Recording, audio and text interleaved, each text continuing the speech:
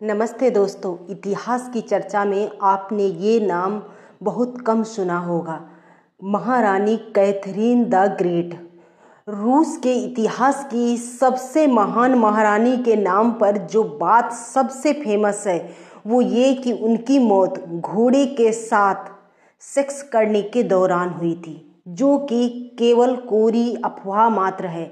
महारानी कैथरीन ने समाज के तमाम नियमों को दरकिनार करते हुए उम्र भर शादी नहीं की, लेकिन तमाम प्रेमी बनाए।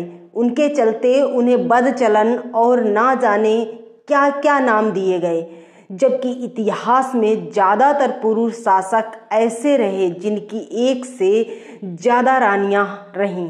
फिलहाल हिपोक्रेसी की ये सीमा सिर्फ रूस तक ही सीमित नहीं है दोस्तों। दुनिया भर में जितनी भी ताकतवर महिला शासक हुई, उनके नाम के साथ बदचलन और चुड़ैल जैसे विश्लेषण लगते रहे हैं। आज बात ऐसी ही एक महारानी की करूंगी जो भारत में पैदा हुई और आधुनिक इतिहासकारों ने उन्हें कैथरीन ऑफ कश्मीर का नाम दिया। इन महारानी का नाम था दिद्दा। क्या थी दिद्दा की कहानी? दोस्तों, दिद्दा की कहानी जिस किताब में दर्ज है उसका नाम है राजतरंगिणी। ये वो अकेली किताब है जिसमें 1000 साल पहले के कश्मीर का इतिहास दर्ज है। राजतरंगिणी का अंग्रेजी में अर्थ होता है रिवर ऑफ द किंग्स। बिल्कुल गेम ऑफ थ्रोन्स जैसा नाम है और कहानी भी उतनी ही रोचक है। राजतरंगिणी को लिखा था कश्मीरी इतिहासकार कल्हड़ ने। इसे 12वीं शताब्दी में लिखा गया था, जब कल्हड़ के पिता लोहार राजवंश के आखिरी राजा हर्षदेव के दरबार में मंत्री हुआ करते थे। लोहार पीर पंजाल रेंज में पड़ता है। दिद्दा के पिता राजा सिंह राज थे, वहीं उनके नाना भीमदेव काबुल में हिंदू शाही कबीले के शासक थे। दिद्दा जन्म से ही विकलांग थी और ठीक से चल फिर नहीं पाती थी, जिसके कारण उनके माता पिता ने उन्हें त्याग दिया था। इन सभी रुकावटों के बावजूद वो उत्पल वंश की अंतिम शासिका रही। दिद्दा ने 980 ईस्वी से लेकर 1003 ईस्वी तक, यानी कि 79 वर्ष की आयु में अपनी मृत्यु तक रानी के रूप में शासन किया। वह भारतीय इतिहास में बहुत कम महिला सम्राटों में से एक हैं।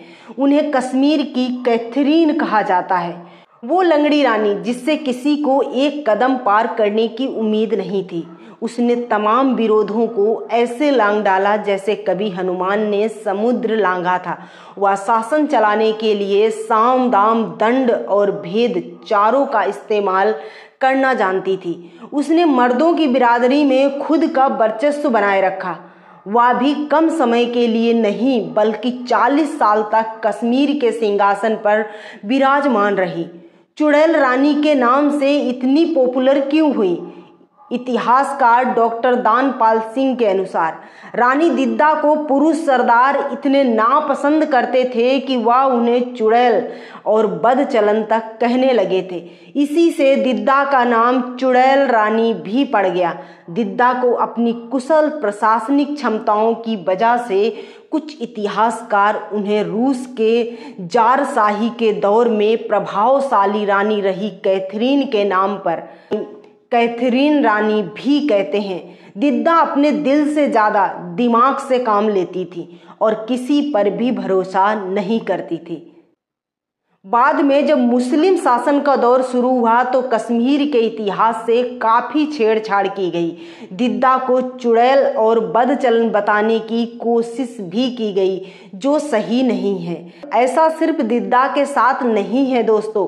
13वीं सदी में जब रजिया सुल्तान दिल्ली के तख्त पर काबिज हुई तो उन पर भी बदचलनी के इल्जाम लगाए गए। कहा गया कि उनका याकूत नाम के एक अफ्रीकी गुलाम से संबंध था।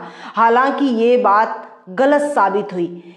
वह लोहार वंश के सिंह राज की खूबसूरत बेटी थी। हालांकि उनका एक पैर खराब था, जिस वजह से वह लंगड़ा कर चलती थी। कल्हड़ ने अपनी किताब में उन्हें चरणहीन कहा है। वह अपने साथ हमेशा बालगा नाम की एक लड़की को रखती थी, जो उसे चलने फिरने में मदद करती थी। उसी के नाम पर बाद में दिद्दा ने बालगा मठ बनवाया। दिद्दा अपने एक हाथ में हर वक्त लोहे का कवच बांधे रहती थी। कश्मीर का एक राजा था क्षेमेंद्र गुप्त, जिसके बारे में कहा जाता है कि वह औरतों में दिलचस्पी कुछ ज़्यादा ही रखता था। जुआ खेलता था और ख़ास तौर पर सियार का शिकार करता था। वह चाहता था कि वह एक ऐसी महिला को अपनी रानी बनाए जो दिमाग वाली हो। ऐसे में जब उसने दिद्दा के बारे में सुना तो उसने उसके विकलांग होने के बावजूद भी उससे शादी का प्रस्ताव भेजा। 950 ईस्वी में दिद्दा की शादी हुई तो वह श्रीनगर आ गई। दिद्दा के दिमाग और खूबसूरती पर फिदा क्षेमेंद्र ने शासन प्रशासन में अपनी रानी को आगे बढ़ाना शुरू कर दिया। दिद्दा का क्षेमेंद्र पर इतना असर पड़ा कि उसने राजशाही सिक्कों पर भी दिद्दा क्षेमा नाम गुदवाना शुरू कर दिया। हालांकि इसी बात ने कश्मीर के बाकी सरदारों को दिद्दा का दुश्मन बना दिया। 958 ईस्वी में एक समय क्षेमेंद्र सियार का शिकार करने निकले। उसी वक्त कश्मीर में एक बुखार का कहर बरप रहा था। क्षेमेंद्र भी उसकी चपेट में आ गए। उन्हें बारामूला के क्षेमा मठ ले जाया गया। हालांकि वहां पर क्षेमेंद्र की मौत हो गई। क्षेमेंद्र की मृत्यु के बाद दिद्दा को सती होने के लिए दबाव डाला गया, किंतु वह इन पैतरों से घबराई तो बिल्कुल नहीं। उन्होंने अपने बेटे अभिमन्यु को कश्मीर का ताज पहनाया और शासन की बागडोर बतौर संरक्षक के रूप में अपने हाथ में ले ली। उस वक्त कश्मीर के दरबार में ऐसी ऐसी साजिशें रची जा रही थीं कि हर कोई एक दूसरे को संदेह की नज़र से देखता था। यहाँ तक कि जिस व्यक्ति फाल्गुना को उन्होंने प्रधानमंत्री बनाया था वह भी पुच्छ भाग गया। सबसे ज़्यादा दिद्दा को क्षेमेंद्र की बहन के बेटे महिमान और पटाला का विरोध झेलना पड़ा, जो कश्मीर का राजा बनना चाहते थे। ऐसे वक्त में दिद्दा ने कश्मीर में प्रभुत्वशाली सामंतों को अपने पक्ष में करने के लिए घूस तक दी। उन्हें बड़े बड़े पदों का लालच भी दिया। ऐसा करके दिद्दा ने अपने सभी विरोधियों को बड़ी ही चतुराई से खत्म कर डाला। इन सब में दिद्दा का साथ दिया दरबार में प्रभावशाली नरवाहन और रक्का ने। हालांकि बाद में नरवाहन ने आत्महत्या कर ली और रक्का की भी मौत हो गई। कुछ ही समय बाद दिद्दा के बेटे अभिमन्यु की भी मौत हो गई। इसके बाद उनके नाबालिग बेटे नंदी गुप्त को दिद्दा ने राजगद्दी पर बिठाया। राजगद्दी पर बैठने के साल भर के भीतर ही नंदी गुप्त की भी बीमारी से मौत हो गई। तब दिद्दा ने एक और पोते त्रिभुवन गुप्त को सिंहासन पर बिठाया। दिद्दा पर यह भी आरोप लगे कि वह वासना की भूखी है और इसी चाहत को पूरा करने के लिए उसने अपने बेटों की हत्या भी कराई। कहते हैं कि इस तरह के आरोपों में कोई सच्चाई नहीं है। ये आरोप उन सरदारों के थे जो किसी महिला को गद्दी पर नहीं देखना चाहते थे। वो वक्त जब दिद्दा की लाइफ में पुच्छ के एक ग्वाले ने एंट्री मारी। दिद्दा ने 975 ईस्वी में अपने तीसरे पोते भीमगुप्त को राज सिंहासन पर बिठाया। उसी वक्त दिद्दा की जिंदगी में तुंग नाम का एक नौजवान आया जो पुच्छ का एक ग्वाला था। उसकी काबिलियत को देखते हुए दिद्दा ने एक दिन उसे प्रधानमंत्री और सेना का कमांडर बना दिया। इससे कई दरबारी सरदार बेहद खपा हुए। कहा जाता है कि दिद्दा के इस ग्वाले से संबंध थे जिसे उसने सत्ता के शीर्ष तक पहुंचाया। हर दरबार की तरह कश्मीर का दरबार भी ऐसी साजिशों और अफवाहों से भरा पड़ा था। ऐसे में हो सकता है कि ये भी महज एक अफवाह ही हो। उन्होंने अपने बेटे और पति की याद में 64 मंदिरों का निर्माण कराया। मसलन श्रीनगर में उन्होंने एक शिव मंदिर भी बनवाया जिसका नाम दिद्दा मठ था।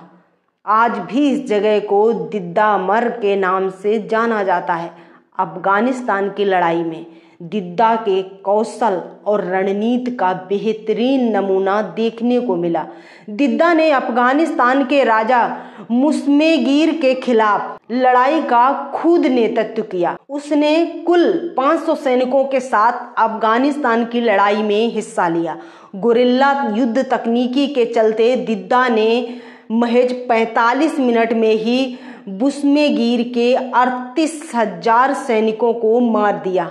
बुस्मेगीर के जनरल को दिद्दा के हाथी के पैरों के नीचे कुचल दिया। दोस्तों, महमूद गजनवी ने 1013 तक कश्मीर पर आक्रमण नहीं किया था, जबकि दिद्दा की मृत्यु 1003 में हुई थी, जो महमूद गजनवी के आक्रमण से 10 साल पहले की बात है।